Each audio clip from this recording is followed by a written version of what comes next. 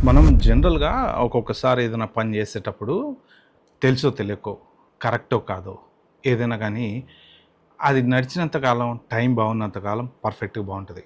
కానీ by mistake ఎక్కడన్నా ఏదైనా తేడా వచ్చినా, రూల్స్ స్ట్రిక్ట్ అయినా అదే మన పాలిట శాపంగా మారతదనమాట. సో, రీసెంట్‌గా ఎయిర్‌పోర్ట్‌లో జరిగినటువంటి ఒక ఇన్సిడెంట్ ఒక స్టూడెంట్‌ని డీపోర్ట్ చేశారు. ఒకటేంటంటే ఆ స్టూడెంట్‌కి అంటే ఇండియా ఎళ్లి రిటర్న్ వస్తున్న టైంలో వీసా రివోక్ అయింది. వీసా రివోక్ అయిన విషయం అతనికి తెలీదు. ఇంకొకతన్ని డిపోర్ట్ చేశారు.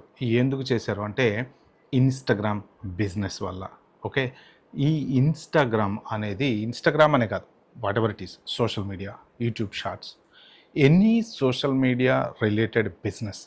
ఇప్పుడు పొద్దున్న లేస్తే చాలా చాలా చాలామంది స్టూడెంట్స్ అమెరికాలో ఉండేవాళ్ళు సోషల్ మీడియాలో ఉన్నారు. ఓకే. సో, ఇన్ని రోజులు ఓకే. ఫైన్ బానే ఉంది. మామ నేను తిన్నరా, మామ నేను లేచినరా, మామ నేను కూర్చున్నారా, మామ నేను కాలేజీకి పోతున్నారా, అరే పిల్లలు చూడండిరా, ఇది ఇట్లా చేయండిరా, అది అట్లా చేయండిరా అని చెప్పి చాలామంది ఇన్‌స్టాగ్రామ్ పోస్ట్‌లు పెట్టుకున్నారు. ఓకే.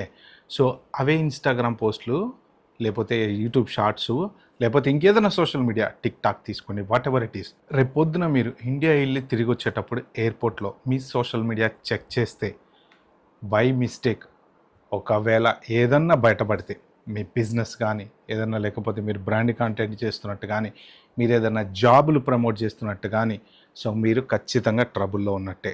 ఓకే. ఆల్సో ఇప్పుడు కొత్తగా రూల్స్ చాలా రాబోతున్నాయి. డ్యూరేషన్ ఆఫ్ స్టేటస్ చేంజ్ రాబోతుంది. సో అది ప్రజెంట్గా ఉన్నటువంటి వాళ్ళకి ఎఫెక్ట్ అవ్వకపోయినా సరే మీరు ఓపీటీ ఈఏడీ అప్లై చేస్తారు కదా, స్టెమ్ ఓపీటీ ఈఏడీ అప్లై చేస్తారు కదా, ఎటు పోయేటి వచ్చినా ఇమిగ్రేషన్తో టచ్లో ఉంటారు కదా. సో ఖచ్చితంగా మీరైతే తెలుసుకోవాల్సిన ఇంపార్టెంట్ విషయాలు ఈ పర్టికులర్ వీడియోలో చెప్తే మీరైతే లాస్ట్ వరకు అయితే చూడండి. వీలైతే ఒక నలుగురికి షేర్ అయితే చేయండి. ఫస్ట్ థింగ్ ఏంటంటే నేను కొన్ని రెడిట్ పోస్టులు అప్పుడప్పుడు చదువుతూ ఉంటాను అనమాట. కాకపోతే ఏంటంటే అవి అథెంటిసిటీ మనకి 100% తెలియదు. అది వెరిఫైడ్ సోర్స్ కాదు. ఇప్పుడు న్యూస్ పేపర్స్ అనుకోండి, టైమ్స్ ఆఫ్ ఇండియానో లేకపోతే రాయిటర్సో లేకపోతే ఇవన్నీ ఏంటంటే ట్రస్టెడ్ సోర్సెస్ కాబట్టి మనం అథెంటిసిటీ అనేది చెప్పొచ్చు. రెడ్డిట్ పోస్ట్‌లో ఎలా ఉంటదంటే ఎవరో ఒకళ్ళు జనరల్‌గా ఒక కాన్వర్జేషన్ స్టార్ట్ చేస్తారు. అది నిజమైనది అవ్వచ్చు, అబద్ధమైన అవ్వచ్చు, ఏదన్నా అవ్వచ్చు. బట్ యాక్చువల్‌గా ఏంటంటే అందులో కొన్ని కొన్ని నిజం కూడా ఉంటాయి. ఎందుకంటే కొంతమంది ఇన్ఫర్మేషన్ కోసమో లేకపోతే హెల్ప్ కోసమో పోస్ట్ చేస్తూ ఉంటారనమాట.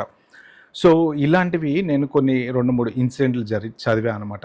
ఒక స్టూడెంటు యాక్చువల్‌గా కొత్తగా అమెరికాకి రావాల్సినటువంటి స్టూడెంట్ ఇంటర్వ్యూకెళ్ళాడు. స్టూడెంట్ వీసా ఇంటర్వ్యూకెళ్ళినప్పుడు యాక్చువల్‌గా అంతా బానే ఉంది. అన్ని క్వెషన్‌లు అడిగారు. ఎక్కడ ఏం అప్లై చేస్తున్నావు అది ఇది అని నీ ఇన్‌స్టాగ్రామ్ ప్రొఫైలు అవి అన్నీ అడిగారు. సోషల్ మీడియా ప్రొఫైల్ అన్నీ అడిగారు. పంపించేసిన తర్వాత వీసా రిజెక్ట్ అయింది. ఆ తర్వాత ఇగ అతనికి అర్థం చేసుకుంటే అర్థమైంది ఏంటంటే అతను ఇంటర్వ్యూకి వెళ్ళడానికన్నా ముందు ఇన్‌స్టాగ్రామ్‌లో ఉన్నటువంటి కొన్ని సో ఈ పోస్టులు ఉంటాయి కదా అవి డిలీట్ చేశాడు భయపడి. ఏం లేదు అందులో అతను ఎందుకంటే ఫస్ట్ టైం యూఎస్ వచ్చే వాళ్ళకి ఏముంటుంది చెప్పండి. సో భయపడి కొన్ని డిలీట్ చేశారనమాట. సో ఆ డిలీట్ వల్ల అతనికి వీసా రాకుండా పోయింది. ఎందుకంటే మీరు ఏదైనా ఒక పోస్ట్ డిలీట్ చేసినప్పుడు అది దేనికి సంబంధించిన పోస్టు గవర్నమెంట్ గురించి పెట్టి ఉండొచ్చు, యూఎస్ గురించి పెట్టి ఉండొచ్చు, జాబులు అడిగి ఉండొచ్చు, లేకపోతే ఇంకోటి అడిగి ఉండొచ్చు, పార్ట్ టైం జాబులు ఏమన్నా అయ్యి ఉండొచ్చు, మెసేజ్లు డిలీట్ చేసి ఉండొచ్చు, ఎవరితో ఫ్రెండ్తో చాటింగ్ చేసి అది కరెక్ట్‌గా ఏదో మీరు టైమ్ పాస్‌కి రోడ్డు మీద వెళ్తే ఏదో ఒక వీడియో తీసి పెట్టారని వాళ్ళు అనుకోరు కదా. ఆ డిలీషన్ అనేదే అక్కడ ట్రిగ్గర్ అవుతది తప్ప మీరేమనుకుంటారంటే అమ్మయ్య నేను డిలీట్ చేసేసి ఎవరు చూడరనుకుంటారు.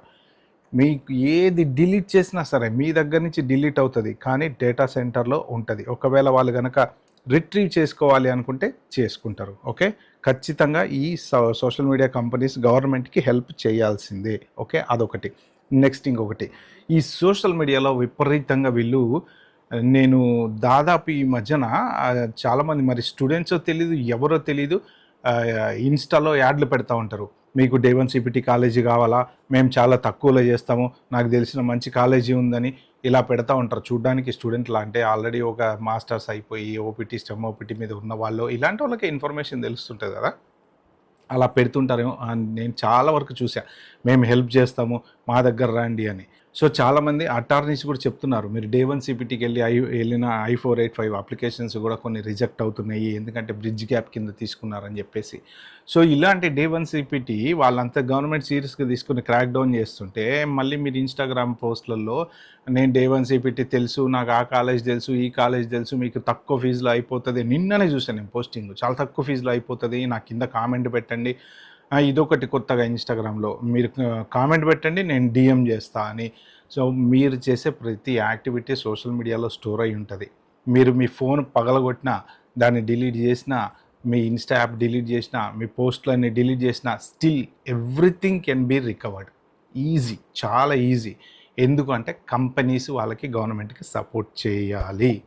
సో, ఇప్పుడు మీరు ఇన్‌స్టాగ్రామ్‌లో చాలామంది చేసేటువంటి బిజినెస్ ఏంటంటే మొన్న రీసెంట్‌గా బిల్ట్‌తాన్ దానికి కూడా ఎంతమంది ప్రమోట్ చేశారండి? ఎంతమంది స్టూడెంట్లు ప్రమోట్ చేశారు చెప్పండి? సో, అది ప్రమోషన్ కిందకే వస్తది. అంటే మీరు ఫైనాన్స్ రిలేటెడ్ ఏ యాక్టివిటీ అయినా సరే మీ బ్రాండ్ కంటెంట్ ప్రమోషన్ చేయొచ్చా? ఓపీటీ ఈఏడీ మీద ఉందంటే చేయొచ్చు. కానీ ఎలా చేయొచ్చు? మీరు చదువుకున్నటువంటి మాస్టర్ కోర్స్‌కి సంబంధించినటువంటి రిలేటెడ్ జాబ్ లాంటిది ఏదైనా అయితే చేయొచ్చు. అంతే తప్ప ఇదిగో నేను ఈ బట్టల షాప్ ఉండి బట్టలు ప్రమోట్ చేస్తున్నానో, లేకపోతే ఈ ఫోన్ ప్రమోట్ చేస్తున్నానో, లేకపోతే నేను ఏసీ కొనుక్కున్న ఏసీ ప్రమోట్ చేస్తున్నానో అది కాదు.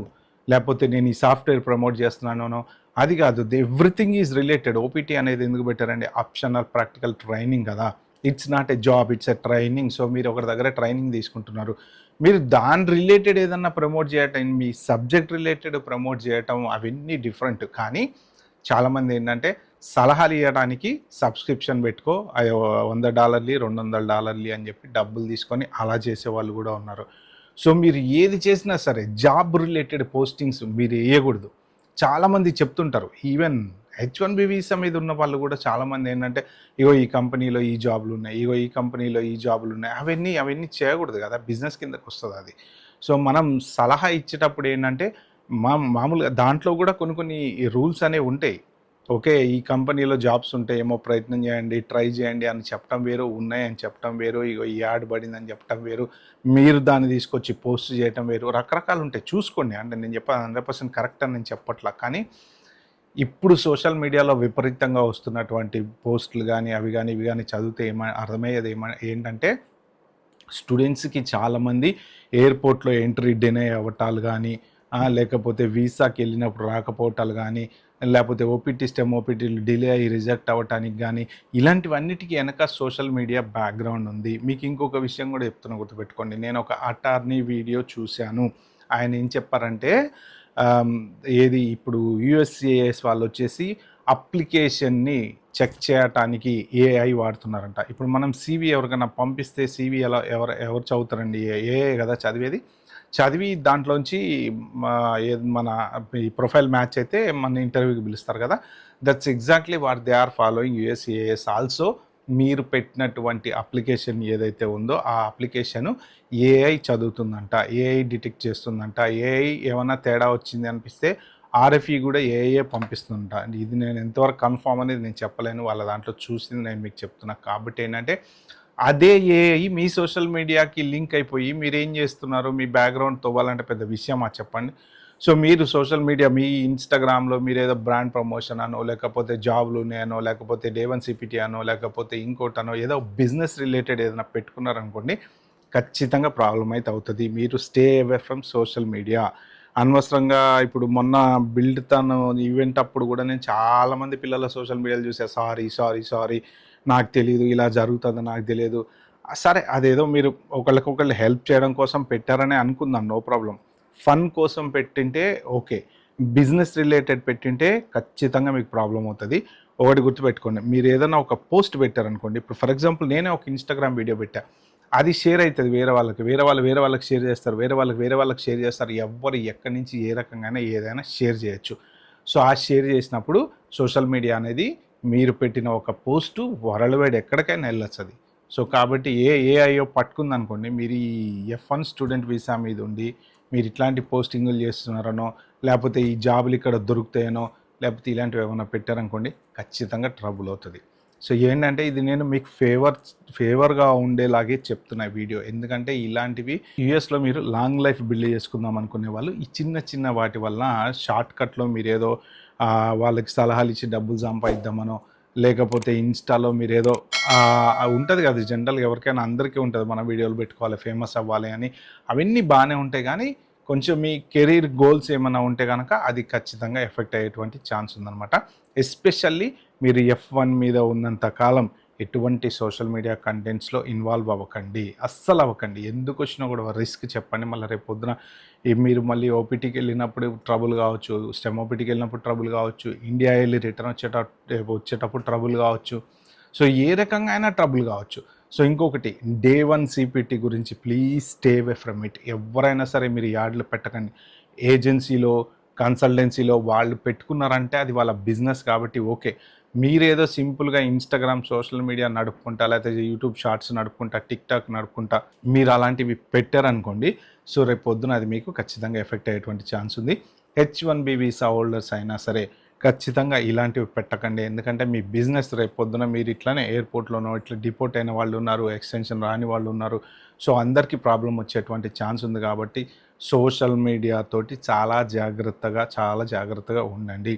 డిపోర్టేషన్స్ అవుతున్నాయి, at the same time visa రిజెక్షన్లు అవుతున్నాయి. కొత్తగా వెళ్ళే వాళ్ళకి వీసాలు రావట్లేదు.